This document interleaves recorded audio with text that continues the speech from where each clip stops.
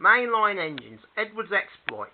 Edward scolded the twin severely, but told Gordon it served him right. Gordon was furious. A few days later, some enthusiasts came. On their last afternoon, they went to the China Clay Works. Edward found it hard to start the heavy train. "Did you see him straining?" asked Henry. "Positively painful," remarked James.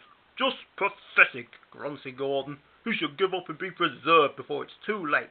"Shut up," burst out Duck. "You're all jealous. Edward's better than any of you." "You're right, Duck," said Boko. "Edward's old, but he'll surprise us all." Bill and Ben were delighted with their visitors. They loved being photographed and took the party to the workings in a brakeman special. On the way home, however, the weather changed. Wind and rain buffeted Edward.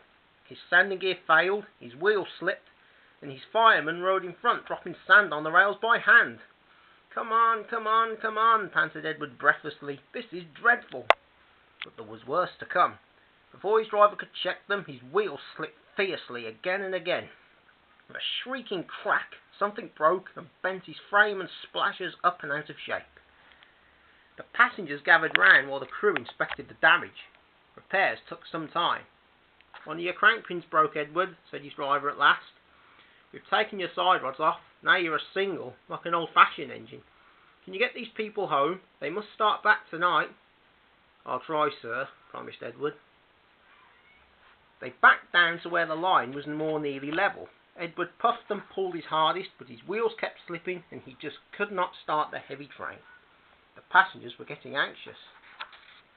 Driver, fireman and guard went along the train, making adjustments between the coaches.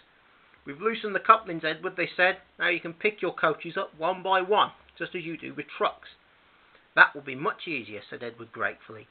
So with the fireman sanding carefully in front, the driver gently opened the regulator. "Come on," puffed Edward. He moved cautiously forward, ready to take the strain as his tender couplings tightened against the weight of the first coach. The first coach moving helped to start the second helped the third, so on down the train. "I've done it! I've done it!" puffed Edward, his wheels spinning with excitement. "Steady, boy," warned his driver, skillfully checking the wheel slip. "Well done, boy. You've got them! You've got them!" And he listened happily to Edward's steady beat as he forged slowly but surely up the hill. The passengers were thrilled. Most had their heads out of the windows. They waved and shouted, cheering Edward on. The Fat Controller paced the platform. Henry, with the special train, waited anxiously too. They heard a then, battered, weary, but unbeaten, Edward steamed in. The Fat Controller stepped angrily forward. He pointed to the clock, but excited passengers swept him aside. They cheered Edward, his driver and fireman to the echo before rushing to get in Henry's train. Henry steamed away to another storm of cheers, but not before everyone knew Edward's story.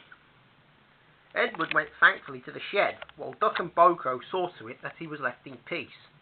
Gordon and James remained respectfully silent. The Fat Controller asked Boko to look after Edward's line while he was being mended. Boko was pleased. He worked well, and now they run it together. Bill and Ben still tease him, but Boko doesn't mind.